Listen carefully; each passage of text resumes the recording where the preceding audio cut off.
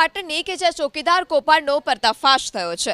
જિલ્લા પંચાયત અને ડીડીઓના નિવાસસ્થાને સુરક્ષા પૂરી પાડવાના કોન્ટ્રાક્ટ કૌભાંડનો પર્દાફાશ। રાજકોટની રામ સિક્યુરિટી એજન્સીના સંચાલક કેયુર અનડકટ સામે છેતરપિંડી, ખોટા દસ્તાવેજો બનાવવા અને સરકારી નાણાંની ઉચાપત કરવા બદલ બી ડિવિઝન પોલીસ સ્ટેશનમાં ફરિયાદ નોંધાઈ। જિલ્લા પંચાયતની બાંધકામ શાખાના સિનિયર ક્લાર્કે નોંધાવેલી ફરિયાદ મુજબ વર્ષ 2025માં રામ સિક્યુરિટી એજન્સીને નવો ચોકીદાર પૂરો પાડવા માટે કોન્ટ્રાક્ટ આપવામાં આવ્યો હતો। જાન્યુઆરી 2024થી માર્ચ 2024 દરમિયાન એજન્સીએ કુલ 9 ચોકીદારોના બિલ રજૂ કર્યા।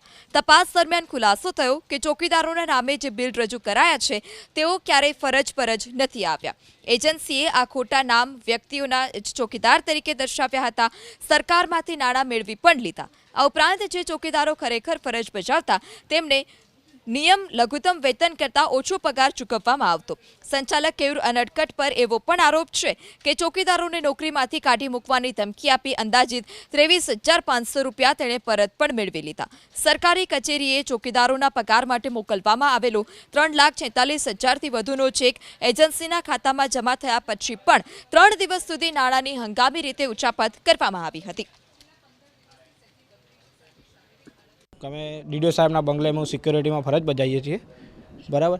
અને પગાર બાબતે થોડું હતું, કેમ કે 1 મહિનાથી અમને હેરાન કરતા હતા ખોટી રીતે ડોક્યુમેન્ટ માટે, કે તો પછી ડોક્યુમેન્ટ આપ્યા અમે, અને ડોક્યુમેન્ટ આપ્યા પછી બી અમારો પગાર તરત ના કર્યો એ લોકોએ, કે તમને 15,000 હો નાખું, તમારે 4,000 પાછા જ નાખવા પડશે, બાકી તમે છૂટા, આ રીતની બધી વાત કરી। એટલે પછી અમે બધાએ એવું ડિસિઝન લીધું કે 4,000 ગયા તો ગયા, એ રીતે પછી અમે 4,000 પાછા આપી દીધા, અને પછી 11,000 હો પગાર અમને આવ્યો। જે લોકો અહીંયા ફરજ બજાવી છે એના સિવાય બીજા 3 નામ બીજા લોકો બોલે છે।